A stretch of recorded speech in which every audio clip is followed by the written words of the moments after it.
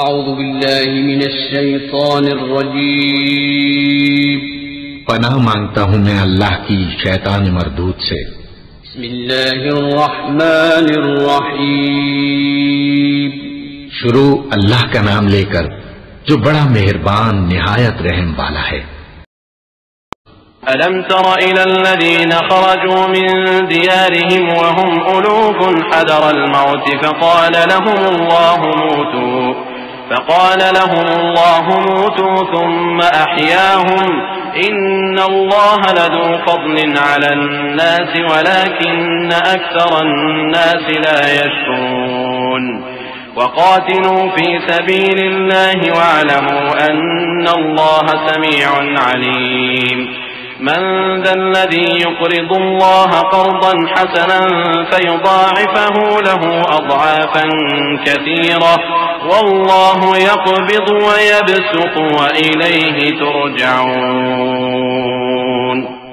بھلا تم نے ان لوگوں کو نہیں دیکھا جو شمار میں ہزاروں ہی تھے اور موت کے ڈر سے اپنے گھروں سے نکل بھاگے تھے؟ تو اللہ نے ان کو حکم دیا کہ مر جاؤ، پھر ان کو زندہ بھی کر دیا۔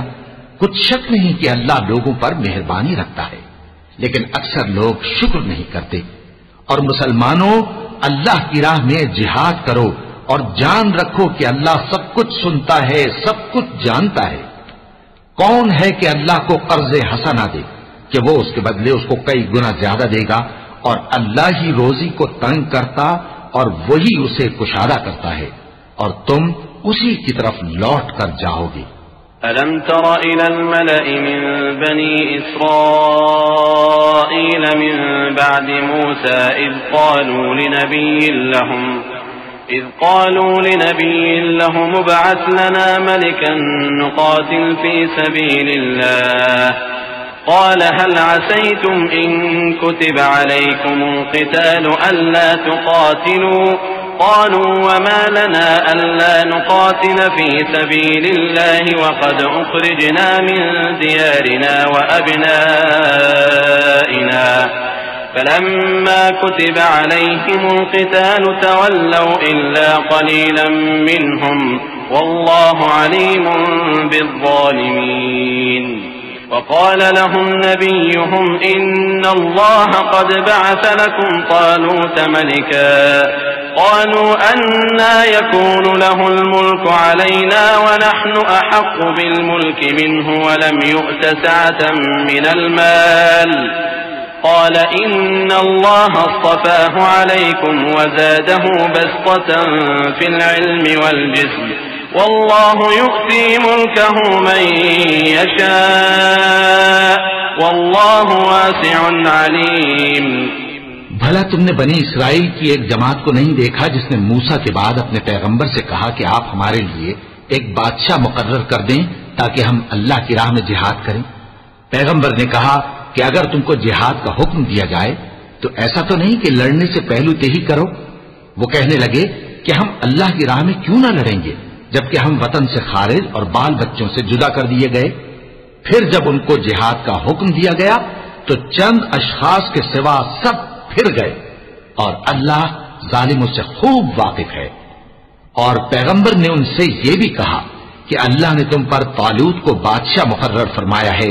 وہ بولے کہ اسے ہم پر بادشاہی کا حق کیوں کر ہو سکتا ہے؟ اس سے بڑھ کر بادشاہی کے مستحق تو ہم ہیں، اور اس کے پاس تو بہت سی دولت بھی نہیں۔ پیغمبر نے کہا کہ اللہ نے اس کو تم پر فضیلت دی ہے اور بادشاہی کے لیے منتخب فرمایا ہے۔ اس نے اسے علم بھی بہت سا بخشا ہے اور تن و توش بھی بڑا عطا کیا ہے، اور اللہ کو اختیار ہے جسے چاہے بادشاہی بخشے، وہ بڑا کشائش والا ہے، دانا ہے۔ وقال لهم نبيهم إن آية ملكه أن يأتيكم التابوت فيه سكينة من ربكم وبقية مما ترك آل موسى وآل هارون تحمله الملائكة إن في ذلك لآية لكم إن كنتم مؤمنين۔ فلما فصل طالوت بالجنود قال إن الله مبتليكم بنهر فمن شرب منه فليس مني ومن لم يطعمه فإنه مني إلا من اغترف غرفة بيده فشربوا منه إلا قليلا منهم فلما جاوزه هو والذين آمنوا معه قالوا لا طاقة لنا اليوم بجالوت وجنوده قال الذين يظنون أنهم ملاقو الله كم من فئة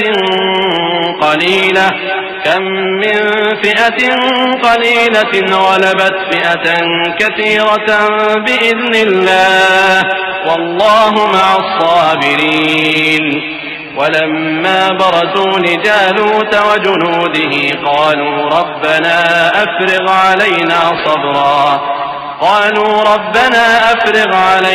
صبرا وثبت أقدامنا وانصرنا على القوم الكافرين. اور پیغمبر نے ان سے کہا کہ ان کی یعنی طالوت کی بادشاہی کی نشانی یہ ہے کہ تمہارے پاس وہ صندوق آئے گا جس کو فرشتے اٹھائے ہوئے ہوں گے.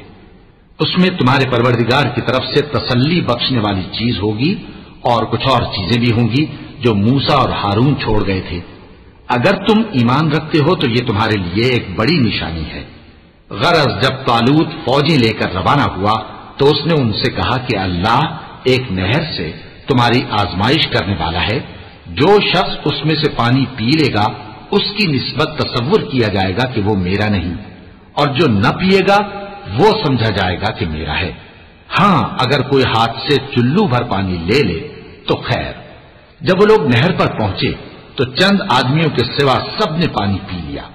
پھر جب طالوت اور مومن لوگ جو اس کے ساتھ تھے نہر کے پار ہو گئے تو کہنے لگے کہ آج ہم میں جالوت اور اس کے لشکر سے مقابلہ کرنے کی طاقت نہیں.